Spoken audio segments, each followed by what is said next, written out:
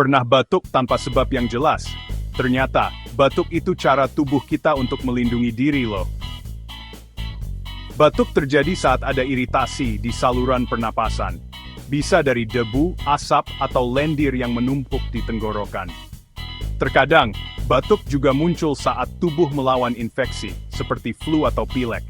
Bakteri atau virus menyebabkan peradangan, dan tubuh mencoba membersihkannya dengan batuk. Batuk sebenarnya adalah respons refleks dari tubuh untuk membersihkan saluran pernapasan dan mengeluarkan partikel asing yang mengganggu. Untuk mengatasi batuk, pastikan tubuhmu terhidrasi dengan baik, konsumsi minuman hangat, atau gunakan obat batuk yang sesuai. Jadi, batuk itu sebenarnya cara tubuh melindungi diri. Kalau batuk terus-menerus, jangan ragu untuk periksa ke dokter ya. Like, share, dan komen untuk video edukasi lainnya.